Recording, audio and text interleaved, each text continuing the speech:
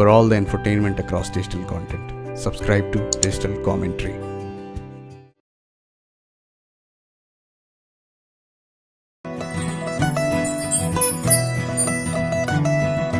Hello Asif भाई, कैसे हैं आप? कैसे जी, कैसे जा रहे हैं हाय। आपके दिन मैं लॉकडाउन के? बहुत अच्छा हूँ। मैं बहुत अच्छा हूँ, आप कैसे हो? मैं भी थोड़ा-सा अच्छा, थोड़ा-सा लो भी रहता हूँ कभी-कभी। काफ़ी डिप्रेसिंग है माहौल फ़िलहाल, तो कभी-कभी मैं लो हो जाता हूँ। फिर हाँ, कोशिश करता हूँ खुद को जी, मोटिवेट जी, जी, करके जी। काम करने की कोशिश करता हूँ। तो ऐसे जा रहे दिन। Correct, correct. एक्चुअली सभी इसी तरीके से लगे हुए हैं यार, मतलब किसी न कोई मोटिवेशन ढूँढ के अपने आप को बूस्ट अप हुँ, करने की कोशिश ही कर रहे हैं। बिल्कुल, थोड़ा-सा बिल्कुल, माहौल बिल्कुल, सभी चल रहा है उस तरीके का। बिल्कुल, जी। बिल्कुल, बिल्कुल, बिल्कुल। पहले तो बहुत-बहुत बधाई हुँ, आपके web series thank you. Panchayat के लिए, जामताड़ा के लिए। थैंक यू सो आपने मच। Thank you. आपका जो किरदार है पंचायत का, वो इतना सराहा जा रहा है थैंक यू। और इतने सारे मीम्स बन गए। जी, फाइनली आपने जी। आपने डिसाइड कर लिया चक्के वाली कुर्सी खरीदने के लिए? एक्चुअली मेरे पास ऑलरेडी थी एक चक्के वाली कुर्सी। ओह! जी, तो हाँ, वो उस पर लेकिन कभी ऐसा ध्यान गया नहीं था, टू बी वेरी ऑनेस्ट मैं कभी ऐसा सोचा ही नहीं था उसके बारे में। तो जब ये और पंचायत जब आया भी ना तो मतलब मुझे जब तक लॉन्च हुआ था तो मुझे पता था कि हाँ आएगा। It's a good series, it's a different series, simple सा है बिल्कुल एकदम। ये वैसा वाला है ना कि बुफे के बीच में जब आप कहीं खाना खाने जाते हो शादी में, बहुत सारे बुफे में चीज़ें होती हैं अजीबो-गरीब सी, वहाँ पे भी जी, आपको कई बार अच्छा सिर्फ दाल-चावल ही लगता है। जी, जी, जी।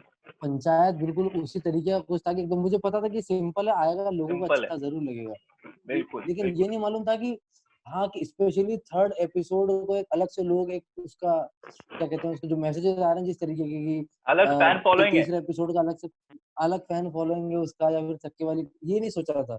ये बहुत अनएक्सपेक्टेड था मेरे लिए। तो तो ये क्या क्या काफ़ी मज़ा मतलब अच्छा लग रहा है। क्या क्या ब्रीफ मिला था इस कैरेक्टर के लिए? कितना राइटिंग में क्या-क्या था?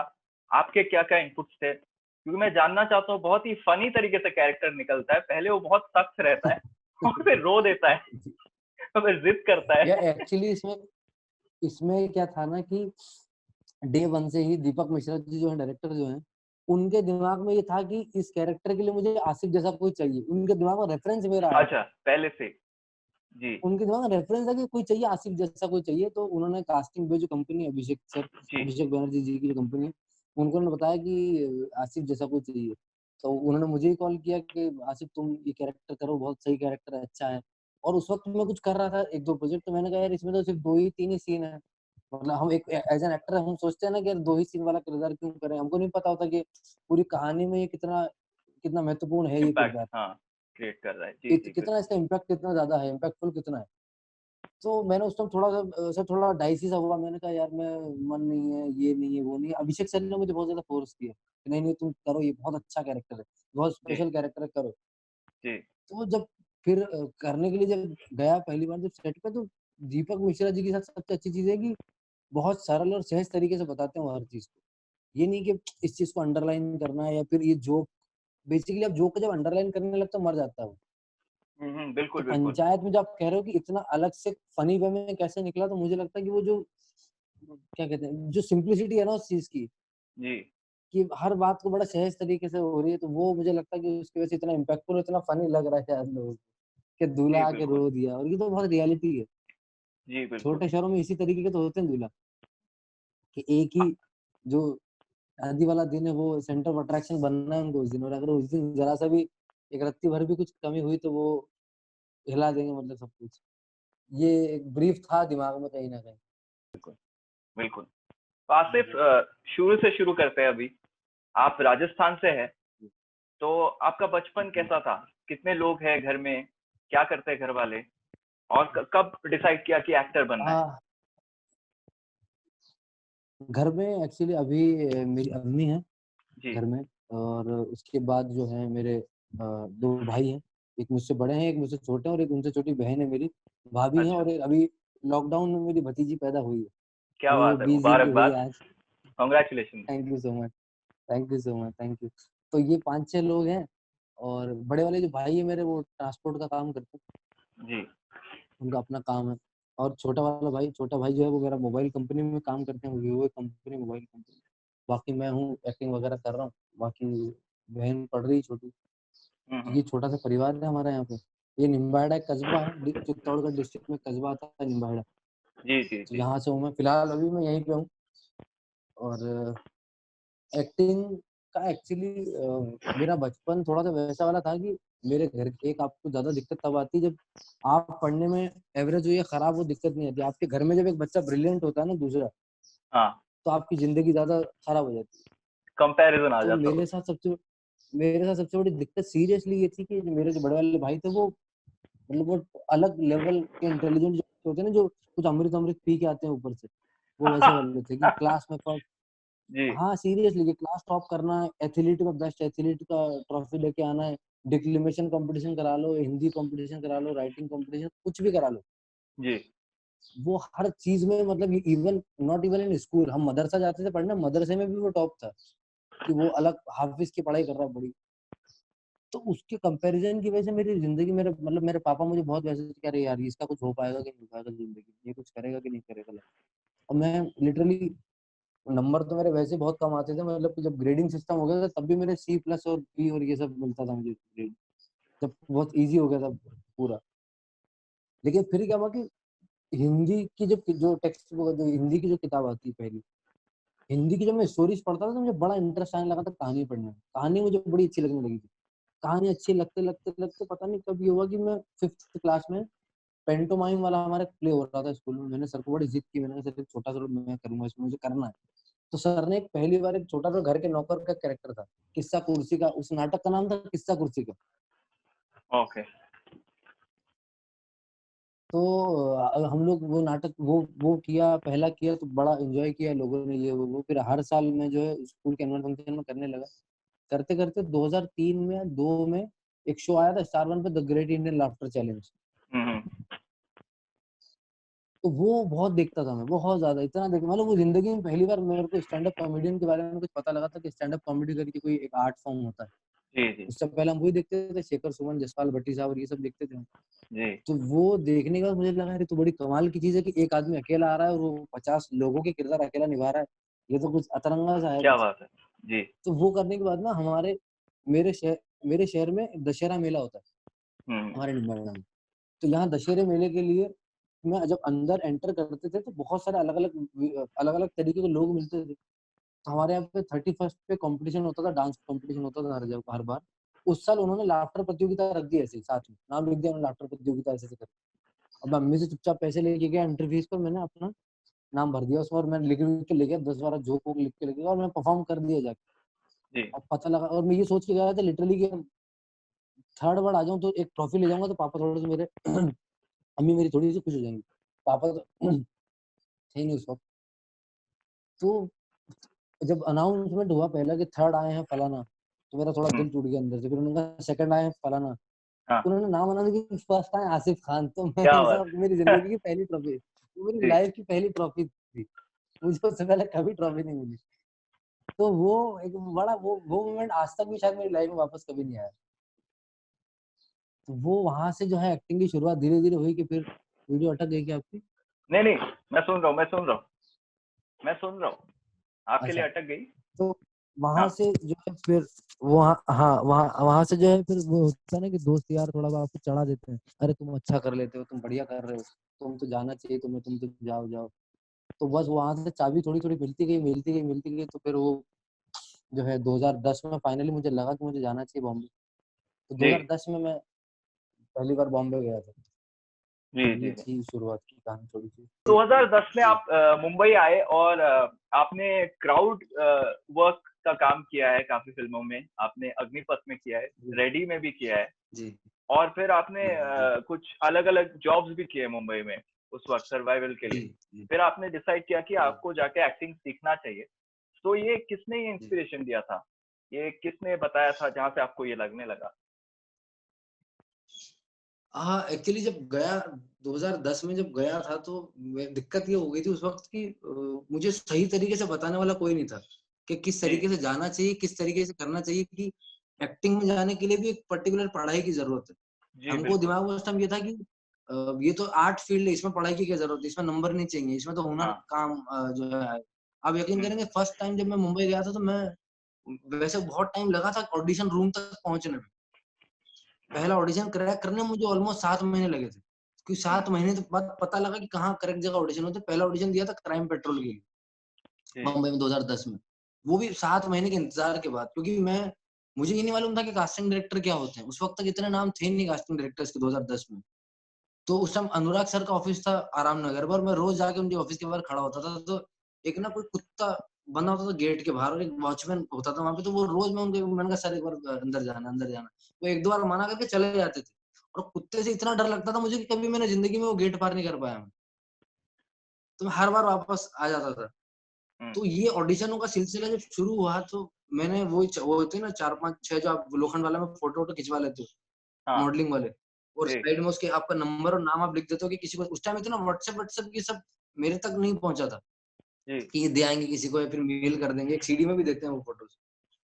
तो वहां से करते करते करते एक कास्टिंग कोऑर्डिनेटर थे, उनका नाम है शांतिलाल मुखर्जी। ओके। उन्होंने मुझे पहली बार जो है अपने वो मलाड में कहीं ऑडिशन कर रहे थे किसी टीवी सीरियल वगैरह किसी चीज के लिए, और वहां पे ना एकदम बहुत ही खूबसूरत से और बॉडी वाले और ऐसे वैसे लड़के और ये सब थे। और मैं उस वक्त, अभी भी मैं दुबला हूँ लेकिन उस वक्त मैं इसका आधा था, इससे भी क्या आधा। बात कर रहे हैं। और एकदम मैंने एकदम जी नॉर्मल सी कोई ढीली सी टी शर्ट पहनी हुई थी ग्रीन कलर की, मुझे याद है। ऐसे मैंने एक रग सी जीन्स पहनी हुई, चप्पल पहनी हुई, मैं अंदर ऐसे घुसा अपनी एल्बम लेके, हाथ में वो एल्बम होती थी मेरे, हाथ हाँ। में एल्बम लेके घुसा। मैंने कहा, एक 1 सेकंड इसको अंदर भेजो इसको। तो मैं अंदर गया, उन्होंने कहा क्या नाम है तुम्हारा? मैंने कहा सर मेरा नाम आसिफ खान। उन्होंने मुझे 4-5 बार देख चुके थे चक्कर काटते हुए, तो उन्होंने कहा इसलिए अंदर बुला लिया। उन्होंने कहा बैठो, कहाँ से हो? मैंने कहा चित्तौड़ से हूँ सर, ये हूँ फलाना हूँ, ऐसे ऐसे करता हूँ। ये मैंने कहा क्या किया आज तक, कुछ करके दिखाओ। हाँ। तो कल हो ना हो का रेलवे स्टेशन वाला जो सीन है शाहरुख खान का, वो सीन मैं मोस्टली मैं वही परफॉर्म करता था। हाँ। कहीं भी मुझे लगता था कि मैं बहुत अच्छा करता हूँ ये यही होती है रियलिस्टिक एक्टिंग। और मैं एग्जैक्ट शाहरुख खान की मिमिक्री मिमिक्री कर दी। ठीक है कि हाँ। हाँ, नैना काश कि मैं तुम्हें बता सकता, वो पूरा जो है वो करके दिखाता था मैं। तो उन्होंने मुझे बहुत कड़वे शब्दों में, पहली बार हाँ। किसी ने मुझसे उस तरीके से बात की, बोला कि देखो ना तो तुम्हें एक्टिंग आती, हम्म। ना तो तुम उतना एक्स्ट्राऑर्डिनरी मतलब good looking in the sense in terms of जो कैमरा के लिए जो हमारे यहाँ पे सुंदरता वाली जो परिभाषा है वो नहीं तुम्हारे पास बॉडी नहीं है, तुम्हारे पास एक्टर बोलने वाली एक भी खूबी अभी तुम्हारे अंदर नहीं है, तो जाओ थिएटर करो। वो दिन पहली बार ये पता लगा था कि थिएटर नाम की कोई चीज होती है, रंगमंच नाम की कोई चीज होती है। तो जी। फिर जैसे उन्होंने बताया, अब मेरे दिमाग में थिएटर बोलने की एक ही चीज थी कि बैरी जॉन, क्योंकि शाहरुख खान का मैं बचपन से फैन जी, हूँ बहुत बिल्कुल बड़ा बिल्कुल वाला। बिल्कुल। हम्म। एक वो पता था, और एक मुझे मतलब इरफान साहब की फिल्में बहुत देखी थी, लेकिन तब तक ये नहीं पता था कि जयपुर का थिएटर ऐसा है वगैरह वगैरह। नेशनल जी। स्कूल ऑफ ड्रामा के बारे में कुछ नहीं मालूम। तो बैरी जोन का जैसे पता लगा, बम्बई में सीधा वहां से भाग के बैरी जोन के एक्टर स्कूल पहुंचा मैं, हम्म। सीधा निकल के वहां से। हम्म। वहां पहुंचा, वहां पता लगा कि कुछ फीस थी 40,000 समथिंग समथिंग कुछ फीस थी 6 महीने के जी। वर्कशॉप। जी। और उस टाइम में मेरी होटल में मैं काम करता था, तो मुझे कुछ 4,500 के आसपास मतलब मैं उस टाइम कमाता था। मतलब मैंने कहा यार 40,000 तो मतलब अपने लिए बहुत ज्यादा बड़ी रकम है, ये तो नहीं हो पाएगा। हम्म। फिर पता लगा अनुपम खेर जी का एक्टिंग स्कूल एक्टर्स प्रिपेयर, हाँ। वहां गया फिर मैं। हम्म। वहां पे भी वही सेम चीज, पैसे वाली बात ये हो। तो फिर मेरे एक दोस्त के जरिए मुझे पता लगा कि यार अपने जयपुर में रविंद्र मंच करके एक जगह है, और जी। मेन चीज है कि सर्वाइवल सस्ता है वहाँ जयपुर, क्योंकि हाँ। बम्बई की कंपैरिजन में सस्ता है शायद। तो जी। फिर मैं घर आया वापस, एक 1.25 साल के बाद मैं घर आया, ऑलमोस्ट 1.5 साल हो गया था। घर आया, फिर मैंने अम्मी को समझाया कि भाई मुझे अब जयपुर जाना है, और मैं कुछ 6-8 महीने जाऊंगा, 5 महीने जाऊंगा, और फिर सीख के फिर मुझे वापस बम्बई जाना है। इस बार थोड़ा उनको समझ में आ गया था कि अगर रोकेंगे तो फिर ये भाग भाग जाएगा, कुछ कर लेगा। तो उन्होंने कहा ठीक है भाई तुम जाओ, आराम से जाओ, देख के आओ पहले क्या है, ढंग का कमरा वमरा ले लो। तो फिर जयपुर गया मैं, फिर मैंने जयपुर जाके एक रूम लिया छोटा, फिर वहाँ पे रविंद्र मंच जो है वहाँ पे थिएटर करना शुरू किया। तो मेरे उस्ताद थे साबिर खान साहब, जी। और हमारा जो ग्रुप है सार्थक थिएटर ग्रुप, ये जयपुर का सबसे पुराना थिएटर ग्रुप है। इरफान साहब जो हैं, इरफान खान साहब, जी। उन्होंने जी। भी एक जी। टाइम पे एनएसजी जाने से पहले साबिर सर के साथ थिएटर किया जी। उन्होंने। ये है कि उनके साथ थिएटर करना शुरू किया, और थिएटर हाँ। करते करते करते फिर 2016 तक किया थिएटर। जी। तो आप जैसे बोल रहे थे, आपको लगा कि 5 महीने के लिए करूंगा, 6 महीने के लिए करूंगा, लेकिन ये आपने कब जी, डिसाइड किया कि अब मैं तैयार हूँ मुंबई के लिए? ये पॉइंट कब आया, ये रियलाइजेशन? एक्चुअली सोच के मैं लिटरली जब मैं क्योंकि जब सोच के जब गया था तो ये मुझे ये लगता था कि मेरी पहली लाइन ये थी, जो रविंद्र मंच है, मेरी पहली लाइन ये थी वहाँ पे कि जो जो वॉचमैन थे उनसे मैंने कहा था प्रिंसिपल का ऑफिस कहाँ है? जी। उन्होंने कहा कौन सा प्रिंसिपल? मुझे ये लगता था कि एक्टिंग स्कूल होता है जहाँ पे 8 पीरियड लगते होंगे और मैथ साइंस के टीचर पढ़ने आते हैं, सर वाला क्या टीचर बात है। पढ़ाना। मुझे हाँ, प्रॉपर मुझे सीरियसली ये पता था, मेरी पहली लाइन ये थी कि मैंने कहा प्रिंसिपल का ऑफिस का, उनका यहाँ पे प्रिंसिपल नहीं होता, अंदर जाओ डायरेक्टर्स काम कर रहे होंगे उनसे बात कर लो। तो उस वक्त दिमाग में ये था कि एक हफ्ता बनाते होंगे प्ले, 8वें दिन शो करते होंगे, फिर एक हफ्ता प्ले बनाते होंगे, तो ऐसे 6 महीने में बहुत सारा प्ले करूंगा। जब ज्वाइन किया तब मालूम पड़ा कि पहला नाटक बनने में लगे थे 3 महीने क्या बात और फिर उसका शो हुआ था। तो वो 3 महीने कब 3 साल हो गए, 3 साल से मतलब मुझे अंदर से कॉन्फिडेंस नहीं आ रहा था कि मैं अब जाने के लिए तैयार हूँ, जाने के लिए है। तैयार हूँ।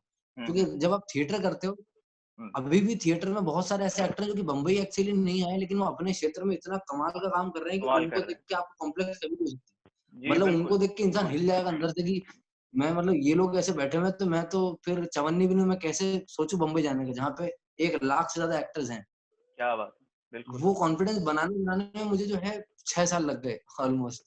जी तो जी जी। 2016 में फिर मैंने डिसाइड किया कि अब मुझे जाना वापस चाहिए। वो मुंबई जाना चाहिए। मतलब वो कॉन्फिडेंस से भी ज्यादा ये था कि सर्वाइवल थोड़ा सा मुश्किल होने लगा था फिर कि नहीं यार अब उम्र होती जा रही, घर वालों को जवाब देना भारी पड़ रहा है, क्या हम्म, करें। मतलब घर वालों को तो ये है ना, घर वालों के लिए रिजल्ट क्या है, स्क्रीन पे देखना, उनके लिए रिजल्ट वही है। उनके लिए मैं कराची गया था 2015 में शो करने के लिए इंटरनेशनल थिएटर फेस्टिवल में। जी। मैंने घर वालों को बताया तो उनको इतना फर्क ही नहीं पड़ा। मैंने एक छोटे से रीजनल चैनल के लिए एक टीवी शो किया कलेक्टर साहब, तो हमारे 10 अखबार वालों का फोन आ गया इंटरव्यू के लिए और रिश्तेदार आ गए घर पे और फोटो और ये वो तो ये फर्क है। उनके लिए रिजल्ट है, मीडिया में आप क्या कर रहे हो, वो करना बहुत जरूरी था। तो 2016 में फिर वो सारा जुटा के और फिर मैंने कहा अब जाना पड़ेगा, अब ज्यादा लेट हो रहा है, चलो। फिर आप जब मुंबई तो आए, बस आप 2016 कास्टिंग एसोसिएट बने आके, और आपने कास्टिंग बे जो कास्टिंग कंपनी है वो आपने ज्वाइन की। तो ये जी डिसीजन कैसे लिया कि कास्टिंग ज्वाइन करना है? कुछ और भी कर सकते थे, राइटिंग या एडी, मतलब ऐसे बहुत सारे लोग एक्टर बनने आते हैं और कुछ साइड का काम ले लेते हैं जी सर्वाइवल के लिए। जी तो वो कास्टिंग का जी। ख्याल कैसे आया आप? एक्चुअली कास्टिंग का ख्याल एक जॉब तो करना ही था, वो तो पहली प्रायोरिटी थी कि जॉब तो करना ही है क्योंकि सर्वाइवल जी। आपको देखना है खुद का अपना, ये सारी चीजें हैं। तो मुझे ऐसा जॉब चाहिए था, मैंने कहा यार कि जो मुझे ना एक्टिंग के आसपास भी रखे, मुझे अच्छा थोड़ा बहुत एक पैसा वैसा भी मिल जाए और मैं अपने आप को पॉलिश भी कर पाऊँ। एडी में क्या होता है ना कि अगर आप एडी अगर आज ज्वाइन करते हो तो आपको फर्स्ट में तो आपको वो एडी मिलेगा जो आधे टाइम सेट पे रहता भी नहीं, वो कहीं और ही घूमता रहेगा, वो एक्टर्स को लाने के लिए होटल में या बिल्कुल। कहीं और, तो वो काम हम्म, करने से मतलब वो कोई था ही नहीं, वो औचित्य कोई बत्ता नहीं उस चीज को करने का। तो मैंने कहा अब मैं और क्या करूँ, लिख मैं सकता नहीं हूँ, लिख सकता हूँ लेकिन मैं उतना मुझे प्रोफेशनली लिखना नहीं आता कि जी जितना अच्छा लोग बम्बई में लिखते हैं। जी। मैंने कहा यार अब करूँ तो करूँ क्या, फिर मैंने कुछ दोस्तों ने मुझे सजेशन दिया कि कास्टिंग में ना एज एन इंटर्न तुम लग जाओ। हम्म, तो मैंने कहा मैं कहाँ लगूँ, बड़ी-बड़ी कंपनी है बहुत सारी, मुकेश छाबड़ा सर की कंपनी है, शानो शर्मा की कंपनी है, ऐसे बहुत सारे बड़े-बड़े कास्टिंग डायरेक्टर थे। तो उस वक़्त मेरे एक दोस्त ने मुझे बताया कि नहीं यार एक कंपनी है कास्टिंग पे और अभिषेक बैनर्जी जी, अनमोल आहूजा, ये 2 हैं, अभी इन्होंने नई-नई कंपनी शुरू ही की है बस, कुछ महीने ही हुए हैं अभी। जी। पहले फ्रीलांसिंग करते थे, उनसे जाके बात करो। अब मैंने 1-2 लोगों को बोला तो किसी ने सही तरीके से रिस्पॉन्स नहीं दिया, तो मैंने एक दिन क्या किया पता नहीं मेरे दिमाग में क्या हुआ, मैं सीधा कास्टिंग की कंपनी में घुस गया। अच्छा। और ये लोग सब टेबल-वेबल पे बैठे हुए थे, अनमोल सर, अभिषेक सर, ये लोग सब। तो मैं अंदर गया और मैंने कहा नमस्ते सर, मुझे कास्टिंग जॉइन करनी है। उन्होंने बोला क्यों करनी है कास्टिंग जॉइन? मैंने कहा सर क्योंकि एक तो पैसे कमाने हैं और दूसरा सर थोड़ा सीखना भी है और का कॉन्टैक्ट बनाने हैं, ये वो सब बोल दिया मैंने, जो-जो था मुँह फटे बोल दिया। उन्होंने कहा अच्छा। हाँ तो मेरी मेरी मेरी किस्मत उस वक़्त ऐसी अच्छी रही, एक पिक्चर आ रही थी व्हाट विल पीपल से, हाँ हाँ। उसकी आदिल कास्टिंग चल हुसैन रही थी। तो वगैरह। और वो उदयपुर में उसकी शूटिंग होनी थी और मैं उदयपुर से ही हूँ, मतलब मेरा शहर 90 किलोमीटर दूर है उदयपुर से, तो यहाँ के एक्टर्स तो जानता हूँ मैं। तो उन्होंने कहा एक काम करो, ये एक्टर ऐसे-ऐसे लिखो, 5 साल की गोरी बच्ची चाहिए और ये चाहिए। उन्होंने एक सवाल पूछा मुझसे, एक टीचर चाहिए। हम्म, तो मैंने पूछा मेल या फीमेल?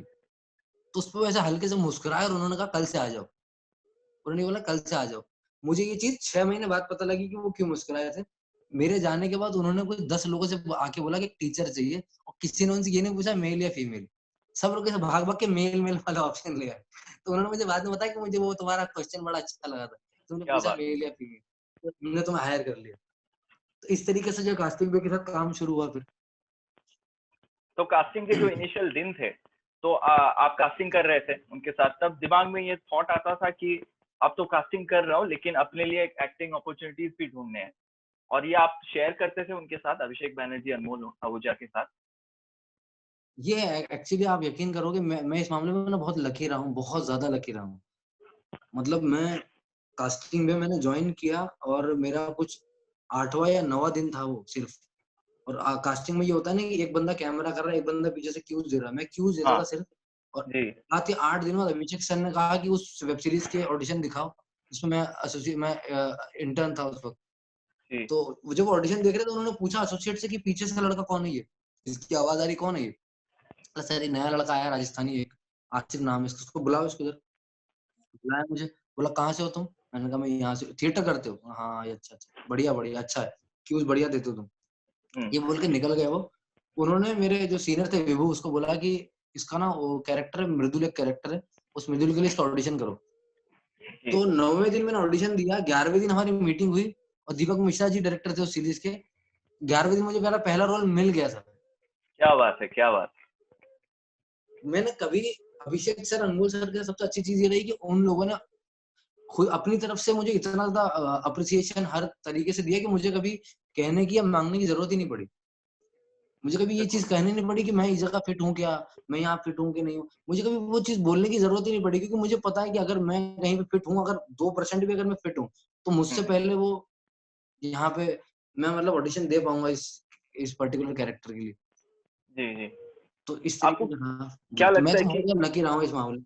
जी, आपको क्या लगता है कि ये अप्रोच सही रहता है कि एक एक्टर के लिए कि वो कास्टिंग एसोसिएट बने और वहाँ से अपनी एक्टिंग करियर की शुरुआत करने की कोशिश करे? ये अच्छा अप्रोच है कि जो लोग बस कास्टिंग करना चाहते हैं, उन्हीं को कास्टिंग डायरेक्टर बनना चाहिए? नहीं एक्चुअली देखिए, प्रॉब्लम क्या है ना कि आजकल एक्टर्स ये इंटेंशन लेके जाते हैं कि मुझे एक्टिंग में काम मिलेगा कास्टिंग की जॉब के थ्रू। जी, तो फिर आपका सारा जो दिमाग है ना, वो आपका आपकी एक्टिंग में लगा रहेगा। मतलब यानी कि एक बंदा जो आपको पे कर रहा है, एक बंदा जी, जो आपको काम सिखा रहा है, जी, क्योंकि ये बहुत ही प्रोफेशनल, हाईली प्रोफेशनल काम है। किसी बिल्कुल। इंसान के करोड़ों रुपए लगे हुए हैं। आप जी, यहाँ पे जी, जरा सी भी लापरवाही नहीं कर सकते। आपने एक गलत एक्टर कास्ट किया, किसी और को बहुत बड़ा लॉस हो सकता है। तो मेरे इंटेंशन कभी भी ये नहीं था कि मैं कास्टिंग बे में इसलिए जॉब कर रहा हूँ क्योंकि मेरे को यहाँ से एक्टिंग का फटाफट मिल जाए। होगा दिमाग में कहीं ना कहीं, लेकिन मैंने उसको मैं टाइम देना चाहता था कि अभी मेरा जी, मोटिवेशन वो नहीं है, अभी मेरा कुछ और है।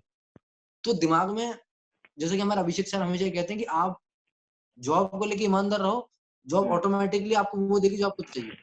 जी, तो वो इंटेंशन अगर दिमाग में अगर क्लियर है ना कि आप जॉब को लेके अगर आप बहुत ईमानदारी से करना चाहते हो, तब तो आप कास्टिंग करो। ऑटोमेटिकली आपको जो फायदा मिलना है या मिलेगा वो मिल जाएगा। लेकिन अगर आप दिमाग में ये लेके जाओगे मुझे एक्टिंग, मेरा अगर लालच वाला, तो फिर वो बात बनेगी नहीं कभी। बिल्कुल, बिल्कुल, बिल्कुल, बिल्कुल। ऑनेस्ट क्योंकि रहना मुझे चाहिए। मुझे कास्टिंग से जॉब, मुझे कास्टिंग के थ्रू रोल मिलने से ज्यादा जो इम्पोर्टेंट चीज अभी मैं महसूस करता हूँ इस वक्त, पिछले 5 सालों में, उससे ज्यादा इम्पोर्टेंट मेरे लिए कि मैंने एज एन एक्टर अपने आप को कितना पॉलिश किया कास्टिंग के प्रोसेस में। क्योंकि एक एक पर्टिकुलर सीन को जब मैं रोज 20 लोगों को करता हुआ देखता हूँ, जब मैं रात को उनकी ऑडिशन देखता हूँ, तो मुझे समझ में आता है कि अच्छा ये चीज ऐसे भी हो सकती है, ये तो मैंने सोचा ही नहीं था। अच्छा ये तो क्या ऐसे भी हो बात है! सकता है। बहुत खूबसूरत। वो जो प्रोसेस है ना, वो अपने आप में एक फिल्म स्कूल है। वो फायदा अगर आपने उठा लिया कास्टिंग में रहते हुए, वो इससे ज्यादा बड़ी चीज है। क्योंकि अगर आपको काम करना होगा, वो तो आप में अगर काबिलियत है तो आप आगे चल के भी कर लोगे। बिल्कुल, कास्टिंग का जॉब बिल्कुल। छोड़ के भी आप कर लोगे ऑडिशन देके। जी, बिल्कुल, बिल्कुल। अब आपके काम वो के बारे ज्यादा में बात करते हैं।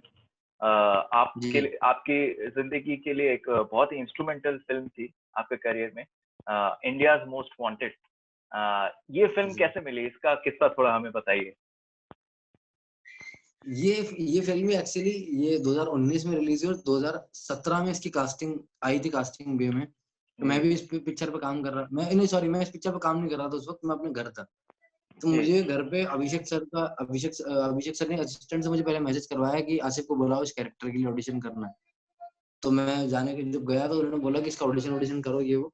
बाद में मैं इस फिल्म पे ऑडिशन देने के बाद मैं इस फिल्म पे एज एन असिस्टेंट में एसोसिएट कास्टिंग डायरेक्टर में काम भी करने लगा इस फिल्म की कास्टिंग। तो फर्स्ट में ये हुआ कि जब मुझे कॉल आई पहली बार, दो हुँ, दो राउंड ऑडिशन हुए हमारे, 2 राउंड ऑडिशन के बाद कॉल आई कि आप फाइनल शॉर्टलिस्टेड हो। मतलब फाइनल शॉर्टलिस्टेड मतलब मुझे ऐसा हल्का-हल्का सा पता लग गया था कि हाँ, शायद ये मिलने वाला है, ये कैरेक्टर या इस तरीके का कुछ है। तो 2-3 राउंड ऑडिशन हुआ, मुझे उसके बाद कॉल आई कि आपको पिक्चर मिल गई। और मैं हुँ, 7वें आसमान पे पहुँच गया एकदम। हुँ, दोस्तों के साथ मैं पार्टी-वार्टी कर रहा हूँ, ये कर रहा हूँ, वो कर रहा हूँ। ऑल ऑफ अ सडन पता लगता है कि फ़िल्म बंद हो गई। फिल्म बंद हो गई और ये मतलब ऐसा वाला हो गया कि एकदम होता नहीं कि सब एक ही सब रात में चला चला गया। गया सब कुछ एक साथ, हम्म। सब कुछ चला गया, वैसा हो गया। 2 ढाई महीने रहा वो, और मैं 2 ढाई महीने बहुत ज़्यादा मेंटली डिस्टर्ब रहा इस चीज़ की वजह से। क्योंकि एक वो होता है ना कि पहला प्रोजेक्ट आपका, आप बहुत सारे ख़्याल बुन लेते हो पहले कि ये करूँगा, वो करूँगा, नए-नए कपड़े जमा लिए, ये कर लिया, वो कर लिया, ये चीज़ हाँ अम्मी को बता दिया, सबको बता दिया। हाँ। तो उसके बाद 2 महीने बाद कॉल आई कि अब राजकुमार गुप्ता सर जो हैं वो अजय देवगन को लेके एक फ़िल्म बना रहे हैं जिसका नाम है रेड, और जी। रेड की आपको कास्टिंग करनी है। तो मैंने कहा यार कि मुझे डायरेक्टर से जुड़े रहना है, मुझे इनसे अलग नहीं होना, ताकि इनके दिमाग में मैं कहीं न कहीं चलता रहूँ, मीटिंग में जाऊँगा, मिलने जाऊँगा, किसी न किसी मुझे जुड़ा रहना है बस, ताकि इनकी बिल्कुल। नज़रों के सामने रहूँ। तो फिर रेड की हमने कास्टिंग की। तो रेड की कास्टिंग करते-करते तो रेड में कुछ-कुछ कैरेक्टर आते भी थे, तो राज सर कहते, "नहीं, अरे ये तो उस फ़िल्म में है ना, इसको रेड में नहीं लेंगे। इसको तू ऑलरेडी उस फ़िल्म में है, यहाँ आके क्या करेगा?" तो रेड में मैंने कहा यार कम से कम वो फ़िल्म बनेगी नहीं बनेगी पता नहीं है, इसमें ही छोटा-मोटा कोई कैरेक्टर दे दो, तो नहीं हुआ वो। रेड आई, रिलीज़ हुई, इस पूरे प्रोसेस में 2 साल लगे, हम्म। और फिर वो रेड आने के बाद 2 या ढाई महीने के बाद फिर वापस से एक दिन कॉल आता है कि अभी हो रही है इंडियाज़ मोस्ट वांटेड। तो फिर एकदम से बड़ी जान में जान आई वापस कि चलो क्या फाइनली बात। हो रही है। ये इसी तरीके से ये भी मिली है फ़िल्म। जी जी। फिर आप इतने सारे वेब सीरीज में आए और ओटीटी में अभी आप चमक रहे हैं, जामताड़ा हो या पंचायत हो। अब घर वाले क्या कहते हैं अभी? वहां पे कैसा आपको रेस्पॉन्स मिलता है? घर घर वालों का रिस्पॉन्स मतलब एक्चुअली घर वालों को, क्योंकि मेरा शहर जो है यहाँ पे क्या है ना कि वेब सीरीज़ का उतना चलन है नहीं, बहुत ज़्यादा चलन नहीं है वेब सीरीज़ का। जी। यहाँ पे सिनेमा हॉल है, वो भी एक ही सिनेमा हॉल है सिर्फ, उसमें मतलब आज तक सबसे जल्दी जो मतलब मेरी फ़िल्म लगी होगी इंडियाज़ मोस्ट वांटेड रिलीज़ होने के कुछ 15 या 16 दिन बाद। अदरवाइज़ हमारे यहाँ पे 3-3 साढ़े 3 महीने बाद फ़िल्में लगती थी। अब जाके जो थोड़ा सैटेलाइट वगैरह आया, तो अब जाके फ़िल्में टाइम पे लगने लगी हैं। अच्छा। मतलब मेरी खुद की फ़िल्म अब सोचो 20-25 दिन बाद, 20-25 नहीं और ज़्यादा दिन बाद शायद यहाँ पे मेरी फ़िल्म लगी। तो उनको पिक्चर जब देखी उन्होंने, जब पोस्टर-वोस्टर देखे कि शहर के अंदर चारों तरफ पोस्टर-वोस्टर लग गए हैं, ये हो गया, तब उनको जाके लगा कि नहीं हाँ, मतलब कुछ कर रहा है ये, थोड़ा ठीक-ठाक कर रहा है, अच्छा कर रहा है। फिर उसके बाद वेब सीरीज़ जब आनी शुरू हुई, तो वेब सीरीज़ देख, क्योंकि यहाँ पे अमेज़न प्राइम, नेटफ्लिक्स होता नहीं लोगों के पास। यंग हम्म। लड़कों के पास तो फिर भी ठीक है, हो जाता है जो कॉलेज वगैरह पढ़ रहे हैं, जिनको थोड़े नॉलेज है इन सब चीज़ों का। घर वालों को पता नहीं है। अभी भी मेरी अम्मी को ये चीज़ पता है कि मैं करता हूँ कुछ, हम्म। इंटरनेट पे मेरी फ़िल्में रिलीज़ होती हैं।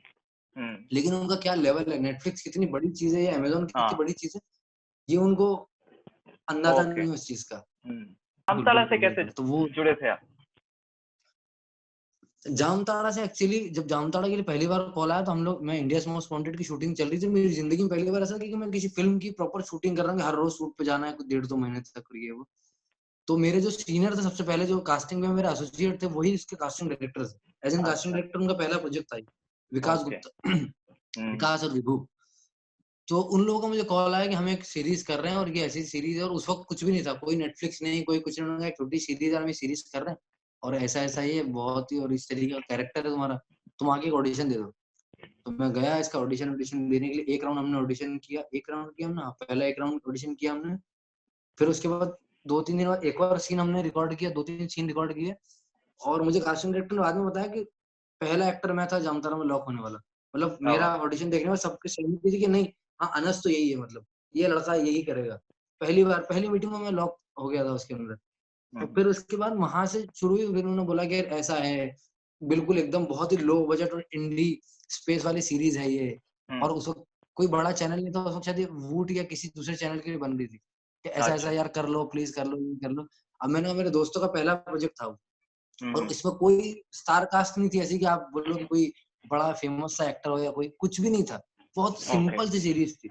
हम्म। तो फिर अब ये था कि मैं मोस्ट वांटेड जस्ट खत्म करके आया ही था बस, और इसकी शूटिंग शुरू होने वाली थी थोड़े दिन बाद। तो मैंने कहा चलो हाँ, मैंने कहा वैसे भी अपन फ्री तो हैं 1 डेढ़ महीने, मैंने कहा और तो कुछ कर नहीं रहे, मैंने कहा चलो अब ये मतलब करते हैं। तो फिर वहाँ से जो है जमतारा की जर्नी शुरू हुई। जी जी। अब आसिफ, अभी आपके आने वाले प्रोजेक्ट क्या क्या है? कुछ रिलीज होने वाला है क्वारंटीन आने के वाले बीच में ही? अभी आने लॉकडाउन वाले में ही? प्रोजेक्ट में सबसे पहले अभी आ रहा है पाताल लोक, एक सीरीज़ है अमेज़न प्राइम पे। जी जी। वो एक सीरीज़ आ रही है, और उसके बाद एक और सीरीज़, फिर एक तो सबको पता है मिर्ज़ापुर 2। कब आ रही है मिर्जापुर मिर्ज़ापुर 2 टू? एक सीरीज़ बहुत जल्दी आ रही है इंशाल्लाह, बहुत जल्दी। नहीं, अभी इतना पंचायत टाइम के तो लिए लगा नहीं दिया पूछते? मतलब। जी। पंचायत पंचायत। के लिए एक्चुअली पंचायत के लिए पंचायत रिलीज जिस दिन हुआ था मेरे ख्याल में कितना 3 अप्रैल को रिलीज हुआ पंचायत शायद 3 को या मुझे 4 एग्जैक्ट को। डेट याद नहीं है फिलहाल। हाँ, हाँ, तो शायद वैसे उस ही। वक़्त मैं हॉस्पिटल में था कि अप्रैल 1 को मेरी भाभी की डिलीवरी थी। तो हाँ। हम मेरा जो जो मेरी जो भतीजी थी वो आईसीयू में थी उस वक़्त और मैं बहुत ही उस वक़्त टेंस थोड़ा था इस तरीके से कि अच्छा। दिमाग थोड़ा खराब हो रहा है, क्वारंटीन चल रहा है, मैं हॉस्पिटल हम्म। में हूँ, रात-दिन पेशेंट हैं यहाँ पे ये वो। हम्म। और मुझे रात को कुछ 1 डेढ़ बजे मेरा फ़ोन ना ऐसे पॉपअप होना शुरू हुआ। टाक, टाक, टाक, टाक, टाक और मैसेजेस हम्म। वाली रिंगटोन से रिंगटोन बन गई मतलब इतने मैसेजेस आने लगे इंस्टाग्राम जी। पे। हम्म। मैसेज आ रहे हैं, थोड़ा-थोड़ा मैसेज आ रहे हैं। अच्छा मैं देख रहा हूँ क्या हुआ? मैंने मैसेज देखा कुछ 107 या 8 मैसेज थे। उनमें से ना 98 मैसेजेस मैंने गिन के पढ़े जिसमें एस होल के अलावा कुछ नहीं लिखा हुआ। इसमें सिर्फ लिखा हुआ asshole, asshole, asshole, asshole. और मैं पागल हो गया। मैंने कहा क्या हो रहा है ये? मुझे क्योंकि मैंने सीरीज़ नहीं देखी थी तब तक। मैं देख रहा हूँ एस होल लिखा हुआ आ रहा है, मीम्स बनने लग गए। मैंने अगले दिन जैसे टाइम मिला मुझे क्योंकि उसमें पूरा दिन डॉक्टर और हॉस्पिटल इंजेक्शन ये वो उन सब में निकल जाता था। रात को मैंने टाइम निकाल के मैंने कहा देख लेता हूँ यार फटाफट क्या है। मैंने सबसे पहले लगाया तीसरा एपिसोड। पूछा मैंने मेरा एपिसोड होना तीसरा मैंने अपना एपिसोड पहले देख लो ये बाकी के बाद में देखेंगे। तीसरा एपिसोड देखा तो फिर उसके बाद पूरा जो है पता लगा कि अच्छा इसलिए ये लोग गाली नहीं दे रहे वो क्यों वो प्यार है मतलब लोगों का कि लोग जो बोल रहे हैं तो वो इस प्यार में बोल रहे हैं तो बिल्कुल, ऐसा बिल्कुल। तो ये है तो जी एज ए कास्टिंग पर्सन, आप हमें थोड़े से जी बताइए कि कैसा होता है कास्टिंग प्रोसेस? जो भी लोग हमें अभी देख रहे हैं, मुंबई आके एक्टर बनना चाहते हैं, वो क्या जी सही रास्ता कौन सा है? किस तरीके से अप्रोच करना चाहिए इस पूरे सिस्टम को? एक्चुअली अभी तो बहुत ज़्यादा आसान हो गया। अब सारे कास्टिंग डायरेक्टर जो कास्टिंग ऑफिसेज़ हैं बम्बई में उन्होंने इतना ज़्यादा आसान कर दिया एक्टर्स के लिए काम कि आप घर बैठे-बैठे आप प्रोफाइल भेज सकते हो। मोस्टली लोगों के ऑनलाइन पोर्टल्स हैं, जिस पे आप अपना प्रोफाइल भेजो, आप जिसमें देख लो कि कौन सा हुँ। कैरेक्टर में मैं फिट हूँ या ये आपको रोज़-रोज़ आराम नगर के चक्कर काटने की ज़रूरत नहीं है। है ना? अच्छा। सबसे पहली और सबसे इम्पोर्टेंट चीज़ जो मैं बार-बार बोलता हूँ कि तैयारी बहुत इम्पोर्टेंट है। लोग प्रॉपरली टाइम सीखने को नहीं देते। मुझे बहुत सारे लोग मैसेज करते हैं कि हम कैसे करें? जो आपने सवाल किया, जी। यही सेम सवाल जब मुझे इंस्टाग्राम या व्हाट्सएप पे आता है, जब मैं उनको बोलता हूँ कि आप जाइए, आप 3 साल, 4 साल थिएटर करिए, तो वो कहते हैं, "सर इतना तो हमारे पास टाइम नहीं है।" तो मतलब आपको अगर डॉक्टर बनना है, तो आपको 4 साल का एमबीबीएस तो करना पड़ेगा ना। बिल्कुल, बिल्कुल। 1.5 साल में तो आप कंपाउंडर बन पाओगे या फिर नर्स बन पाओगे। फिर आप नर्स बन के आप सोचो कि मैं ऑपरेशन कर लूँ, तो आप नहीं कर सकते। हुँ। फिर आप जितना आप सीखोगे, उतने ही बड़े आपको कैरेक्टर मिलेंगे। हुँ, हुँ। आप इतना सीख के आए और आप सोचे कि मैं वो वाला किरदार कर लूँ, जो कि प्रोटैगनिस्ट है, तो नहीं पॉसिबल है वो। आपको अपना मादा दिखाने के लिए आपको पूरा-पूरा आपको वो तैयारी करके आनी पड़ेगी। तो सबसे इम्पोर्टेंट चीज़ है तैयारी, उसके अलावा दूसरी चीज़ है कि हमारा सबसे बॉम्बे के अंदर जो मोस्टली कास्टिंग डायरेक्टर्स के ऑफिस है, सारे आराम नगर में ही हैं, सब जी। पास-पास में हैं। तो हुँ। एक्टर के लिए बड़ी सहूलियत हो जाती है कि एक बार वो उस पूरे मोहल्ले में घुसता है, तो वो एक-एक करके सबसे मिल के आ सकता है। सबसे मिल प्रोफाइल गया। आजकल सारा ऑनलाइन हो गया, आप सब मेल कर सकते हो आप। अपने यूट्यूब से आप घर बैठे-बैठे अपनी एक्टिंग अपना जो भी ऑडिशन आप बना के दे सकते हो। तो बहुत ईज़ी प्रोसेस हो गया और अब ध्यान रखने वाली जो वाली सबसे इम्पोर्टेंट बात मुझे लगती है कि जब कास्टिंग ऑफिस में जब आता है, जब कास्टिंग रूम में जब आप ऑडिशन जी। दे रहे हो, तो आपको बहुत अच्छा लिसनर बनना पड़ेगा सबसे पहले। क्योंकि मैं कई बार देखता हूँ कि एक्टर्स को दिमाग में ये आ जाता है कि अरे यार मतलब ये इतना क्या बता रहा है। वो वहाँ पे एक चीज़ है देखिए कि आप जो कई बार ये होता है कि मेरे सामने ऑडिशन देने वो आते हैं एक्टर्स जिनको मैं बचपन से देखता हुआ आया हूँ। जिनके हाँ, सामने मेरी बिल्कुल। सिट्टी-बिट्टी गुल हो जाती है कि मैं इनको कैसे बोलूँ कि सर आप जो कर रहे हो ये सही नहीं है और मैं जो बता रहा हूँ वो सही है। मेरी हिम्मत नहीं है हुँ। इतनी बोलने की। लेकिन वहाँ क्या जी। होता है ना कि वो मुझे मेरे सीनियर्स से समझ में आई कि भाई मुझे 250 पेज पता है, आपको सिर्फ 4 पेज पता है, इस हुँ। पर्टिकुलर कहानी के। हुँ, हुँ। उस लिहाज से मैं आपको बता सकता हूँ कि क्या है क्या नहीं। तो इसलिए जब कास्टिंग एसोसिएट उस वक़्त जो कमरे में है, वो जो आपको समझाने की कोशिश कर रहे हैं, अगर आप बहुत अच्छे से सुनोगे उसको, तो मुझे लगता है ऑडिशन करने में ज़्यादा आसानी हो जाती है। तो ये एक ईमे बहुत इम्पोर्टेंट चीज़ है। जो आपने बोला ईमेल भेज सकते हैं, फ़ोटोज़ भेज सकते हैं, तो एग्ज़ैक्टली ईमेल में क्या लिखना होता है? और फ़ोटोज़ किस तरीके के भेजने होते हैं? ये भी थोड़ा-सा अगर आप बता सकते हैं। बहुत ही सिंपल फ़ोटो, बहुत ही सिंपल फ़ोटो, जितना सिंपल फ़ोटो यानी कि जो आप हाँ। एक्चुअली असलियत में लगते हो ना, जी। वो फ़ोटो। लोग नॉर्मली गलती क्या करते हैं हमेशा, हमेशा वो फ़ोटो भेजेंगे जिसमें मैं सबसे ज़्यादा सुंदर दिख रहा हूँ। हाँ। कहीं यूँ खड़े हैं, कहीं तिरछे खड़े हैं, चश्मा लगा लिया या उसमें फ़िल्टर लगा दिए बहुत सारे, नहीं। हाँ, हाँ, अब अगर हाँ। मेरे गालों पे अगर ये गड्ढे के निशान हैं, अगर हाँ। मेरे गालों पे गड्ढे हैं जी, और अगर जी। मैं एडिटिंग करके फ़ोटो आपको भेजूँगा और हाँ। आपको चाहिए एकदम गोरा-चिट्टा लड़का, आपने तो उस गोरे चिट्टे लड़के को बुलाया ना ऑडिशन के लिए, हम्म, जाएगा तो ये वाला। हाँ तो जब मैं ये लेके जाऊंगा तो वो जी, कहेंगे ये और ये तो कोई और है, तो हाँ, आप तो फिट ही नहीं हो। हम्म, तो मेरा ही टाइम मैं खराब कर रहा हूँ ना ये सारी चीजें करके। तो जितना सिंपल और जितना ओरिजिनल हो सके वो वाले फोटोज, और एक पूरा एक पर्टिकुलर एक फॉर्मेट होता है कि आपका प्रोफाइल, प्रोफाइल का मतलब आपका नाम, आपकी एज, आप कहाँ से हो, आप कौन कौन सी भाषाएं बोल लेते हो, आपका टेलीफोन नंबर, और एक ब्रीफ में आपका वर्क एक्सपीरियंस कि आपने क्या क्या किन किन लोगों के साथ किया है। हालांकि हम्म, इसमें आप कुछ भी लिख दो, जब आप परफॉर्म करोगे तो पता लग ही जाता है, लेकिन वो पढ़ जी, के एक थोड़ा आइडिया लगता है कि बंदा अच्छा यहाँ काम ये करके आया, तो थोड़ा सेंसिबल होगा। और फिर उसके बाद आपके जो वर्क लिंक्स है, कुछ वर्क लिंक माने आपने कुछ पुराने काम किए जिनके यूट्यूब लिंक है आपके पास, या अगर नहीं हम्म, काम किया, बिल्कुल फ्रेशर हो, यूट्यूब पे कुछ आपने रिकॉर्ड किया हुआ, या किसी नाटक का वीडियो हो गया, या कोई शॉर्ट हम्म, फिल्म में ऐड हो गया, तो ये पूरा एक प्रोफाइल बना के और आप फिर कास्टिंग कंपनीज को आप मेल करते हो। ये एक बहुत ही ये सिंपल सा फॉर्मेट है। बिल्कुल बिल्कुल, थैंक यू सो मच ये सब बताने के लिए, and thank you so much इस पूरे कॉन्वर्सेशन के लिए। इतना कुछ आपने सिखाया, अपनी जर्नी से हमें इंस्पायर किया, और आपकी जो सोच है अरे कि सर, एक्टर को ट्रेन करके आना चाहिए, सीख के आना चाहिए, आई होप इससे बहुत सारे लोगों को प्रेरणा मिले, और हमारी इंडस्ट्री को अच्छे क्वालिटी ट्रेंड एक्टर्स मिले, और हम बेहतरीन इंटरनेशनल लेवल कंटेंट बना पाए। Thank you so much for इंशाल्लाह जॉइनिंग अस इंशाल्लाह। ट्रेंडिंग टैलेंट्स पे आने के लिए, थैंक और ऑल द बेस्ट फॉर पाताल लोग। Thank you so much, stay safe. Thank you so much, thank you, thank you thank so you. Much, thank you so much, thank you so much, thank you.